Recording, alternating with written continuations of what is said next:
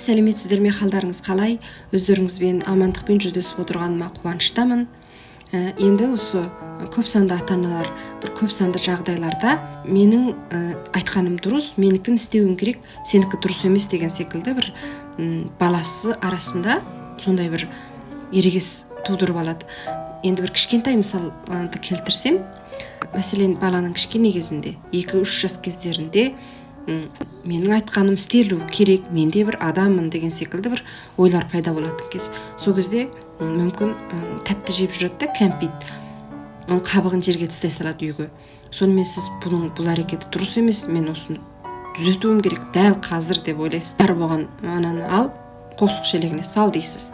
Бірақ ол істегісі келмейді. Өйткені оның сол жас мезгілінде ол біреудің бұйрығын атқарғысы келмейді. Қайта ол біреуге өзінің айтқанын істеткісі келеді. Сонымен ол сізге айтады, сен апарып таста деп.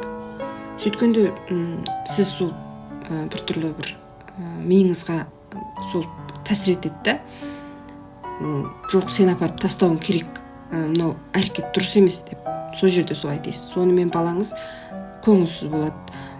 Сол жерде ол қиналады, көңіл ауырады, сонымен жылайды. Содан екеуіңіздің араңызда сондай бір ерегес пайда болады. Осыдан сіз оған бір дұрыс әрекет үйрете алған жоқсыз. Қайта сіз оған бір ерегестікті миына сіңдіріп жатырсыз деген сөз. Енді осындай кезде сөйтіп тұрғаннан көрі өзіңіз апарып тастай салыңыз, күліп қана. Одан кейін балаңызда мысалы, мен істете алдым деп өзі де бір көңілді болып қалады. Одан кейін ақырын келе 2-3 күннен кейін оған ақырын түсіндірсеңіз болады. Біз қоқсықты қоқсық шелегіне тастауымыз керек деп. Одан кейін енді бұйрықпен емес, сондай бір қабықтар балаңыз тастаса, сондай жағдайда ойынмен, көңілділікпен балаңызға, мына жерде қалыпты ғой, бұл қайда бару керек еді деп сұрасаңыз, ол айтады, қоқсық шелегіне бару керек деп. Онда екеуміз бірге апарып қояйықшы, мен жалғыз өзім көтере алмайды екем деп өтірік соны ауыр екен деген секілді бейне келтіріп бір ойынмен, енді ол кішкене бала ғой, сол арқылы үйретсеңіз болады. Енді бұл бір кішкене мысал ғой. Мен осы арқылы сіздерге айтқым келеді, біз баланы құрметтеуді кішкентай кезінен бастауымыз керек. Енді құрметтеу дегенде біз бір ата-аналық орнымызды төмен қарай түсіру деген сөз емес. Біз баланың көңіл күйін түсіне білуіміз керек. Енді құрметтеу деген біртүрлі бір абстракт сөз ғой. Кейбір ата-аналар айтуы мүмкін, ой, мен баламды құрметтеймін, мен балама жақсы сөйлеймін, мен боқтамаймын, жаман сөз айтпаймын деп. Бірақ ол ғана емес құрметтеу дегенде. Баланың өсіп жетілу мезгілінде, сол кезеңде өзінің құқықтары болады. Сол құқықтарын қорғауымыз керек. Егер кішкентай кезіне сол бір талғам жасау құқығына көңіл бөлген болсаңыз, ол кейінгі тұрмыс құру болсын, жарын талдау болсын, соның бәріне өзі жақсы талғам жасай алатын болады деп ойлаймын. Енді осы өзінің талғам жасауына құрмет ету жайында мен өз баламнан осы кейбір нелерді байқадым, сондай жақсы. Мен балам мындай Спайдермен, Жужуся, соның киіміне сондай қызығады ғой. Сонымен мен әп-әйбат бір киім әкеп бердім, тұтасқан. Сол күні қайшымен қиып жатыр екен әгін.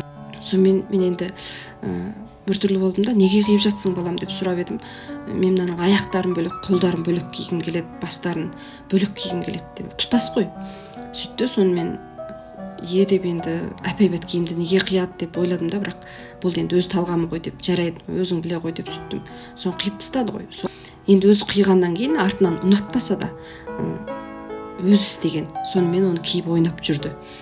Енді артынан жаңа жыл кезінде, осы алдымыздағы, сол кезде жаңа жыл күні балалар өз қалаған киімдерін, сол секілді батырлардың киімдерін кисе болады екен. Мен енді топта апай жолдаған соң соны көріп отырдым да, өзім ойладым, ойбай енді алуға үлгермейміз ғой, анасын қиып тастаған, енді қайттық деп ойлап отырдым. Кеште балам келді, келгеннен кейін баламнан сұрадым, ертең осылай сондай киімдер кисеңдер болады екен ғой деп едім. Иә, болады екен, бірақ мен апайыма айттым, мен мына ақ жейдеммен қарасыммен бара беретін болдым, болады деп айтты, ұстып барсам да деп сөйтті.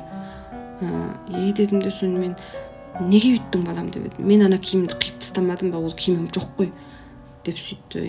Деп сөйттім да, енді бүгін кеште барып алуға үлгермейді екенбіз, дүкендердің бәрі жабылып қалды ғой деп сөйтіп едім. Иә, болды мама, мен осы киіммен бара беремін деп сөйтті. жарайды деп сөйттім. Сонымен ертесі сол киіммен кетті, өзінің ақ жейдесімен, қарасыммен. Енді сол күні фотолар жолданды ғой бізге. Сонда қарасам барлық бала енді әдемі киініп жүр. Менің балам ғана сол ақ жейдесімен, қарасыммен жүр екен. Енді көңілім сондай ауырды енді. Барып аласасам да болушы еді деп ойлап тұрмын енді. Көңілсіз болып қалды ғой деп.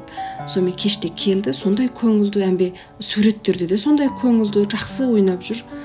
Сонымен ойладым, өзі талғам жасаса, өзінің істеген ісіне бала өзі жауапты бола алады екен. Сонда сіздерге айтқым келеді расында да, баланың өзіне талғам жасатыңыздар, өз істегеніне өзі өкінбейді. Балада да жауапкершілікті арқалай алатын бір жігер болады екен. Өздеріңізге рахмет, сіздерге пайдасы тисе екен деп ойлаймын.